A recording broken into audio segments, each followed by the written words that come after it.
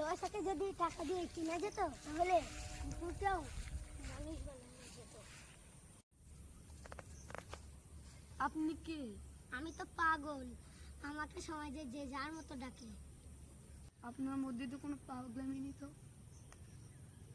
গিয়েছিল তাদেরকেও তো একদিন লোকে পাগল বলেছিল। পাগল খা খা। হ্যাঁ, এটা কি হলো? চেয়েছিলাম ভালোবাসা, দিল তিরস্কার। আপনি কি একা থাকেন?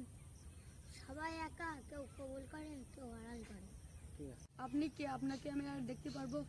হ্যাঁ, আমি এইখানেই থাকি, এই আকাশের নিচে। সমাজ আমার পাগল বলে ডাকে, দূর করে দেয়।